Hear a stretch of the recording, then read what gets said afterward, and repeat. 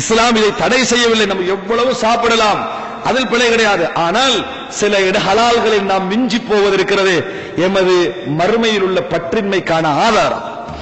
மறுமையில் பற்றின்மைக்கான சில ஆதாரத்தில் உண்டு சகோதரர்களே. பாருங்க, ரமலானுடைய பகல்களை எப்படி கழிக்கிறார்கள் தெரியுமா? ரமலான் வந்தவுடன் சில சைத்தான்களும் உள்ளே வருகின்றன. கேரம்போர்ட், லூடோ, சக்கபிளான்ஸ், பல்லங்குடி, செஸ், கம்ப்யூட்டர் கேம்ஸ் எல்லாரும் வருது. ஏன்? பகல் பொழுதை ரமலானுடைய பசியை தாங்குவதற்கு. விளங்கிட்டா? பசியை தாங்குவதற்கு எல்லாம் வந்துருது, அத்தனை வந்துருது. காய் விளையாட்டுகளை பற்றி, குறிப்பாக செஸ்ஸை தான் ரசூல் ஸல்லல்லாஹு அலைஹி வஸல்லம் குறிக்கின்றதில் ஒரு செய்தியை சொன்னார்கள். மன் லஇப பிஷ்ஷத்ரஞ்ச், இன்னொரு அறிவிப்புல நர்த், யார் இந்த காய் விளையாட்டு செஸ்ஸை தான் குறிக்கிறது விளையாடுகிறாரோ ஃபகஅன்னமா ஹலப யதஹு ஃபீ லஹ்மி ஹின்ஸீரின் வ தமிஹி, அவர் தனது கையை பன்றியின் இறைச்சியோடும் இரத்தத்தோடும் தோய்த்ததற்கு சமம் என்று ரசூலுல்லாஹி ஸல்லல்லாஹு அலைஹி வஸல்லம் சொன்னார்கள். சஹீஹ் முஸ்லிமிலே பதிவு செய்யப்பட்ட செய்தி. அன்புள்ள சகோதரர்களே, விளையாட்டை கொண்டு செஸ்ஸை இன்டர்நேஷனல் விளையாட்டாக்கி ஒரு கிழமைக்கு ஒரு காய் அசைக்கிறது குந்திக்க நிக்கிறான் டிவில. இதை ஒரு குரூப் போட்டு பார்த்துட்டு இருக்கிறான் ஒரு சேனல்ல. எப்படி செஸ்ஸை இன்டர்நேஷனல் விளையாட்டாக்கி அப்படி செஸ்ஸை வச்சு ரெண்டு காய் அசைவதற்கு ஒரு கிழமை எடுக்கிறான். அதை ஒரு குரூப் புரிஞ்சு பார்த்துட்டு இருக்குது. கேட்டா என்னது? இன்டர்நேஷனல், சர்வதேச விளையாட்டுன்றான். இதெல்லாம் கொண்டு வந்து வீட்டில் வைத்து ஒரு விளையாட்டாக இருந்தா ஒன்றோ மறுமைக்கு பிரயோசனமாக்கணும், உலகத்துக்கு பிரயோசனமாக்கணும், அல்லது ரெண்டுக்கும் பிரயோசனமா இருக்கும். ஒன்றுக்குமே பிரயோசனம் இல்லைன்னா சின்ன பிள்ளை விளையாடுறது நியாயம். யார் விளையாடுறது நியாயம்? சின்ன பிள்ளை விளையாடுறது நியாயம். சின்ன பிள்ளை பொம்மை விளையாடலாம் என்பதற்காக பெரியவர்கள் பொம்மை விளையாடலாம் நினைச்சு பாருங்க. அந்த லெவலுக்கு என்ன செய்யற மாறுகிறது. அதை கொண்டு வந்து வச்சு பொதுவா காய் விளையாட்டு எடுத்து பாருங்க, வெள்ளை கருப்பு இருக்கும். அடிமை காலத்தில் உருவாக்கப்பட்ட விளையாட்டுக்கு கிழமை எடுங்க, விளையாட்டா செஸ் எடுங்க, அதே போல என்னது டாமை எடுங்க. ரெண்டு சைடு என்ன? வெள்ளை கருப்பு. நடுவர் யாரு? சோப்பா இருப்பாரு. நடுவர் யாரு? சோப்பாக இருப்பார். அடிமைத்துவ காலத்தில் உருவாக்கப்பட்ட தேவையற்ற விளையாட்டுகள் நாம் திணிக்கப்பட்டதன் காரணமாக ரமலானுடைய பகல் பொழுதுகளில் அநியாயமாக கழித்துக் கொண்டிருக்கிறோம் சகோதரர்களே. பிள்ளை மார்க்கத்துக்கு முரணான அம்சங்கள்லாம் நம்மளுக்கு வந்து அந்த நிமிஷத்துல நம்மளுக்கு பகல் பொழுதை எப்படி கழிக்கிறதே தெரிய நிறைய பேருக்கு. பகல் பொழுதை எப்படி கழிப்பதென்றே தெரியாது. வணக்க வழிபாடுகள் இன்மை நிறைய வந்திருப்பதை நாங்கள் பார்க்கிறோம். இரவு நேரம், இதே போன்று இரவு நேரம் சகோதரர்களே, ஒரு முஃமினுடைய வாழ்வில் சந்தோஷமான இன்பமான மன அமைதி பெறக்கூடிய ஒரு நேரம் இருக்கும் என்றால் நிச்சயமாக அது இரவு நேரம் தான்.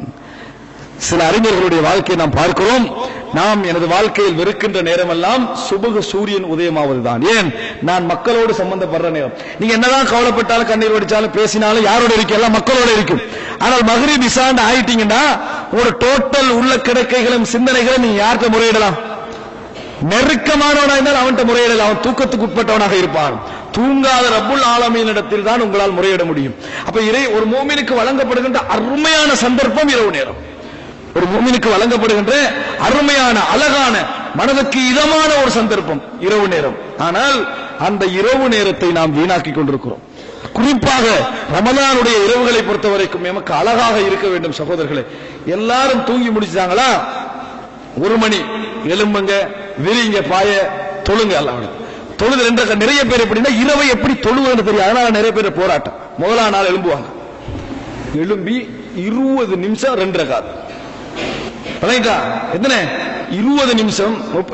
சஹாபாக்கள் 4 மணித்தியாலும் நிற்கக்கூடிய ஆற்றல் இருந்தாங்க, அதுல சந்தேகம் கிடையாது. அலைக்கும் பிமா துத்தீகூன், உங்களால முடிஞ்சதை நீங்கள் செய்யுங்கள். இது ரசூல் ஸல்லல்லாஹு அலைஹி வஸல்லம் எங்களுக்கு சொன்ன ஒரு உபதேசம்.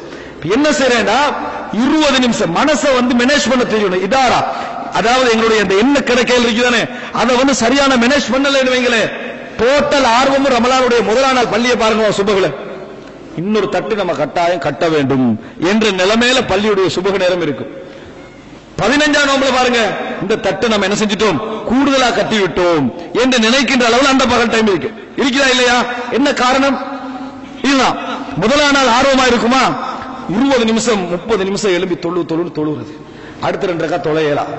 ஏன்? ஃபர்ஸ்ட் 2 ரகாத்ல என்றாலும் இன்ஷா அல்லாஹ் இன்றைக்கு இப்படியாவது இன்றைக்காவது 11 ரகாத் தொழுகிறோம் என்று தொழுகிறது. இன்னும் கொஞ்சம் கஷ்டப்பட்டு போராடி ஒரு 11 ரகாத் தொழுது முடிஞ்சாச்சு. 2வது நாள் 7, 3வது நாள் அதே 7, 5, 6 இதோ தொழுது சுன்னத்தானே, கடமையெல்லாம் ஒண்ணு இல்லையே. இன்ஷா அல்லாஹ் நம்ம முயற்சியை போராடுவோம். அவரே விட்டாச்சு. என்ன நடக்குது சொல்லுங்க பாப்போம். நம்ம ரசூல், அதாவது செய்திகளை ரசூலாங்கிட்ட எடுக்கிறோம், வழிகாட்டல்களை எப்படி கடைபிடித்தார்கள் அங்கிருந்து எடுக்கிறோம் இல்ல.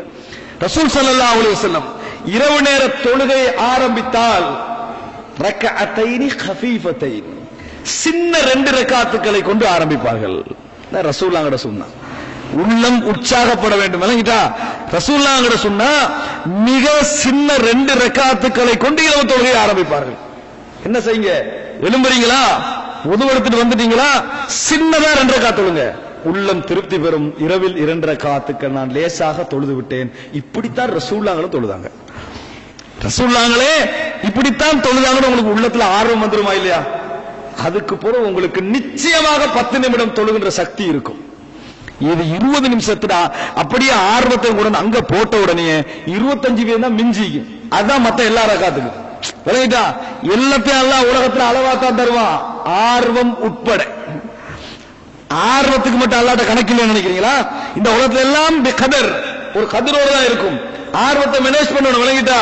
அதை எப்படி எடுக்கணும்? சோர்வு நம்ம வராம 2 ரக்காத் நம்ம தொழணும். சின்ன 2 ரக்காத். அதுக்கு பின்னால கொஞ்சம் நீட்டமாக தொழுங்கள். 4 ரக்காத் தொழுகிற நேரத்தில் ஆறாகிட்டா கொஞ்சம் சோர்வு கொண்டு வரும். இயல்பு யாருக்கும் வரும். விளங்கிட்டால் மனிதர்களில் மிக சிறந்தவர்களால் போராடி வெற்றி பெற முடியும். எல்லோராலும் அந்த வெற்றி பெற முடியாது. மாத்துங்க. இரவில் நீங்கள் எது செய்தாலும் அது இறைவனுக்குரிய வணக்கமாக இருந்தால் சரி, குர்ஆனை பெறட்டுங்க. தோல்வி வருதா, குர்ஆனை பெறட்டுங்க. குர்ஆனை பெறட்டனே அங்கேயும் ஒரு வேற ஐடியா வருது. பக்கராலிந்து ஓதி முடிப்போம், அங்க ஒரு தோல்வி. விளங்கிட்டா? அப்படி எடுக்க வேணாம். உங்களால எது முடியும் பாருங்க. உங்களால இது லேசா ஓத முடியும், பெறட்டுங்க குர்ஆனை. அல்லாஹ்வுடைய வார்த்தையை தான் நீங்கள் ஓதுகிறீர்கள். குர்ஆனை பெறட்டி உங்களுக்கு எது முடியுமோ, எது ஓத ஆர்வமாக இருக்கிறதோ 2 பக்கம் ஓதுங்க, 3 பக்கம் ஓதுங்க. சில பொழுதுகளில் உங்களுக்குள்ள கண்ணீர் வர ஆரம்பிக்கும். நீங்க ஒரு உள்ள மாற்றத்துக்கு உள்ளாகுவீங்க. இன்னும் 4 ரக்காத் தொழுகிற சக்தி உங்களுக்கு வரும். இன்னும் 4 ரக்காத் தொழுகிற சக்தி உங்களுக்கு திருப்பி வந்து சேரும். தொழுவீர்கள். அல்லது குர்ஆன் ஓதுறீங்களா, ஓத உங்களால் முடியவில்லையா, தூக்கம் வர்ற மாதிரி இருக்குதா, மூடுங்க, வைங்க. இறைவனை பற்றி சிந்தியுங்கள்.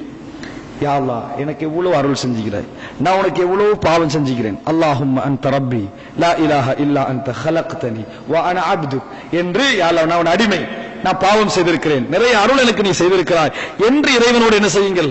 பேசுங்கள், உரையாடுங்கள். பேசுகின்ற நேரத்தில் நிச்சயமாக தன் கடந்த காலங்களை இறைவனோடு முறைப்படுகின்ற எவருக்கும் கண்ணீர் வராமல் இருக்க வாய்ப்பே கிடையாது. அதுக்கு பிறகு பாருங்க, இன்னொரு 4 ரக்காத் உங்களுக்கு தொழலாம். அதுக்கு பிறகு பாருங்க 4 ரக்காத் தொழலாம். அதுக்கு பின்னால தூங்கி எழும்பி விட்டு நேற்று இரவை அடுத்த நாள் பகல் லுகையிலே கொஞ்சம் ஞாபகப்படுத்தி பாருங்கள். உங்களுக்கு அந்த இரவை போன்ற ஒரு சந்தோஷமான நாள் இருக்க முடியாது. நீங்கள் நடத்திய போராட்டம், இறைவனோடு கழிப்பதற்கு நீங்கள் நடத்திய போராட்டம், தொழுவது, எழும்பியது, மறுபடி குர்ஆனை ஓதுனது, மறுபடி விக்ர் செய்தது, என்னால் முடியவில்லை என்று அழுதது, இது போல ஒரு இன்பமான நாள் ஒரு நாளும் யாருக்கு இருக்க முடியாது. இந்த போராட்டத்தை செய்து பாருங்கள் சகோதரர்களே. இறைவன் நீங்கள் போராடுவதற்கு கொஞ்சம் காலம் தான் விட்டிருப்பான், மற்றபடி இறைவனுடைய உதவி இருக்கும் உங்களுக்கு, மற்றபடி இறைவனுடைய ரஹ்மத் உங்களுக்கு இருக்கும். அன்புள்ள சகோதரர்களே, இதை பாதுகாத்துக் கொள்ளுங்கள். சைத்தான் வந்து நம்ம என்னது முவாஃபகத்து சுன்னா, இஹ்லாஸ், இஹ்லாஸாக இருக்க வேண்டும், குர்ஆன் சுன்னாக்கு ஏற்ற மாதிரி இருக்க வேண்டும். இஹ்லாஸ சைத்தான் எங்கே அடிச்சிடுவான். 20 வயசுல தொழுதே 60 வயசுல சொல்லிடுவாங்க, நான் அந்த காலத்துல தொழுகைக்கு இன்றைக்கு எவனும் தொழுறலன்னு வைங்கள, 20 வயசுல தொழுதே 60 வயசுல எடுத்துட்டு போயிடுவோம். அதுல கவனமா இருக்கணும், பாதுகாக்கிறதுல. மௌத்து வரைக்கும் சைத்தானுக்கு போராட்டம் இருந்து கொண்டிருக்கிறது. அன்புள்ள சகோதரர்களே, இப்படி நாம் ரமலானுடைய சிந்தனை எடுப்போம் என்று சொன்னால் நிச்சயமாக ரமலான் எங்களுக்கு ஒரு மிகப்பெரிய ஒரு கேடயமாக மாறும். நான் போராட்டத்திற்கு சில உதாரணங்களை இந்த இடத்துல சொல்லுகிறேன். ரசூலுல்லாஹி ஸல்லல்லாஹு அலைஹி வஸல்லம் அவருடைய காலத்தில் நடந்த சில உதாரணங்கள். ஏன் நான் அதை சொல்லுகிறேன் என்று சொன்னால், இந்த மனத்தோல்வி இருக்கிறது, மனத்தோல்விதான் ரமலானில் நாங்கள் தோல்வி அடைவதற்கான காரணம். இறைவன் எமக்கு உதவி செய்வான் என்கின்ற அந்த மனோபக்குவத்தில் நாம் என்ன செய்கிறோம்? தூரமாகிக் கொண்டு வருகிறோம். ரசூல் ஸல்லல்லாஹு அலைஹி வஸல்லம் அவர்களுக்கு முன்னால் ஒரு செய்தி சொல்லப்படுகிறது. அப்ப ஒரு மனிதர் தொழுது கொண்டிருக்கிறார். அப்ப ரசூல் ஸல்லல்லாஹு அலைஹி வஸல்லம் கேட்கிறாங்க, இவரை நீங்கள் எப்படி நினைக்கிறீர்கள்? இந்த மனிதர் எப்படி நினைக்கிறார்? அப்ப அவர் சொல்ற மின் ஹியாரினா, எங்களை சிறந்தவர்கள் ஒருவர், அவருடைய இபாதத் அப்படி அப்படி எல்லாம் சொல்றாங்க. ரசூல் ஸல்லல்லாஹு அலைஹி சொன்னாங்க, லைஸ ஹாதா மின் ஹியாரிக்கும், இவர் உங்களில் சிறந்தவர் கிடையாது, இவர் உங்களில் சிறந்தவர் கிடையாது. ரசூல் ஸல்லல்லாஹு அலைஹி வஸல்லம் சொல்றாங்க, அலைக்கும் பிமா துதீகூன், உங்களுக்கு முடிந்தவைகளை செய்ய பழகுங்கள், உங்களுக்கு முடிந்தவைகளை செய்ய பழகுங்கள். இங்க முடிஞ்சவைகளையே நிறைய தோல்வி. விளங்கிட்டா? முடிஞ்சவைகள்ல நிறைய தோல்வி இருந்து கொண்டு முடியாதவைகளுக்கு அந்த போராட்டம் காட்டினோம்டா படுதோல்வின்னு அர்த்தம். 5 நேரம் முடியாத விஷயமா முடிஞ்ச விஷயமா பகல்ல முழிச்சுக்கிட்டு சத்தம் கேட்கறதுல அவ்வளவுதானே இருக்குது. அதுக்கே இல்ல விளங்கிட்டா. இரவு நேரத்தில் நம்ம அந்த லெவல்ல யோசிச்சோம்னா ஏறாது. அலைக்கும் பிமாத்து ரசூல் ஸல்லல்லாஹு அலைஹி வஸல்லம் அஃதலுல் அமாலி அத்வமுஹா வ இன் கல்ல, அமல்களிலே மிக சிறந்தது தொடர்ந்து இருப்பது, குறைந்திருந்தாலும் தொடர்ந்து இருப்பது என்று ரசூல் ஸல்லல்லாஹு அலைஹி வஸல்லம் சொன்னார்கள். அப்ப முதலாவது என்ன செய்யுங்க, இபாதத்தை நிர்வகிக்க பழகுங்கள். மனதுல சோர்வை உங்களோட சைடுக்கு இழுக்க பார்க்க வேணாம். சோர்வுக்கு சந்தர்ப்பம் கொடுக்கும். உடல் சோர்வடையதா இல்லையா, தூங்குறீங்களா இல்லையா, மனசையும் சோர்வடையாது. சோர்வடைய கூடாது என்ற எண்ணத்தில் போராடி கொண்டிருக்கிறோம். அப்படி அல்ல, சோர்வடையும். சைத்தானோட தோல்வியை சந்திக்க முடியாது என்று நினைத்துக் கொண்டிருக்கிறோம், தோல்வி அடைவோம். ஆனால் போராட்டத்தை கைவிடக்கூடாது. இதற்கு இஸ்திக்பார், அதற்கு மாற்றங்கள் செய்யுங்கள். நிச்சயமாக எங்களில் ஒரு பெரிய ஒரு மாற்றத்தை நாங்கள் காணலாம் சகோதரர்களே. இல்லை என்றால் அசோமு ஜுன்னா, நோன்பு என்பது ஒரு கேடயம் என்று சொல்லி நோன்பை முறையாக பயன்படுத்தாது விட்டால் ரமலானுக்கு பின்னால் அதே பாவம் தொடரப் போகிறது. ரமலானுக்கு பின்னால் அதே பலகீனம் தொடரப் போகிறது. ரமலானில் 5 நாள் நீங்க ஒழுங்கா தொழுதீங்களா, 6வது நாள் தோல்வி அடைஞ்சீங்களா, இதுக்கு பிறகு 7வது முடிவு எடுக்க வேணாம். 7வது நாள் உங்களோட நாள் தான். 7வது நாள் உங்களுடைய நாள். போராடணுமா இல்லையா? 28 நாள் முடியவில்லையா, 29வது நாள் உங்களுக்குரிய நாள் தான். இறைவன் எனக்கு தந்த ஒரு நாள் தான் அது. அந்த நாள் ஒரு மனிதனுடைய போராட்டம் எல்லாம் போராடி கடைசி வார்த்தையாக லா இலாஹ இல்லல்லாஹ் முஹம்மது ரசூலுல்லாஹ் ஒருவனை சொர்க்கம் கொண்டு போக முடியும் என்றால் ஏன் 28 நாளுடைய தோல்விக்கு பின்னால் 29வது நாளுடைய வெற்றி சொர்க்கம் கொண்டு போக முடியாது? முடியும் என்பதை என்ன செய்யுங்க, நம்புங்கள். போராட்டத்தை நாம் வெற்றி பெறுவோம் சகோதரர்களே. ரசூலுல்லாஹி ஸல்லல்லாஹு அலைஹி வஸல்லம் காலத்தில் இந்த போராட்டத்துக்கு ஒரு சில 2 உதாரணங்களை நான் சொல்லிக் கொள்கிறேன்.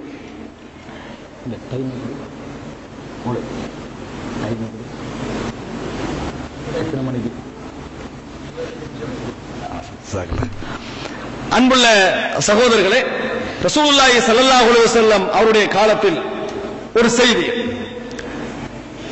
நுஐமான் அல்லது அப்துல்லா 2 பேர்களிலும் கருத்து முரண்பாடு இருக்கிறது. சஹீஹுல் புகாரியிலே பதிவு செய்யப்பட்ட செய்தி. ரசூல் ஸல்லல்லாஹு ஒரு நபி தோழர், அவர் நபி ஒரு கான யுதஹிகுன் நபிய ஸல்லல்லாஹு அலைஹி வஸல்லம், நபி அவர்களை அடிக்கடி சிரிப்பூட்டக்கூடிய ஒரு மனிதராக அவர் இருந்தார். ஏதாவது செஞ்சு ரசூலுல்லாஹ்வை சிரிக்க வைக்கிறது அவருடைய வளமைகளில் உண்டு. நபி அவர்களை மிகவும் விரும்பக்கூடிய ஒரு மனிதராக அவர் இருந்தார். அப்படிப்பட்ட ஒரு மனிதர் தன் வாழ்நாளில் முடியாத ஒரு தவறை தொடர்ந்து செய்து கொண்டிருந்தார். தவிர்க்க ட்ரை பண்றார், இயலாது, தோல்வி என்று செஞ்சிட்டிருக்கிறார். அந்த செய்தி எங்களுக்கு ஒரு பெரிய ஒரு படிப்பினை ரசூலுல்லாஹ் அதுல சொல்ற செய்தி. என்ன செய்தி, என்ன செய்யறாரு, சாராயம் குடிக்கின்ற வளமை அவரிடத்தில் இருந்தது. ஒரு சின்ன ஒரு குறிப்பு, நபித்தோழர்களே சாராயம் குடிக்கிற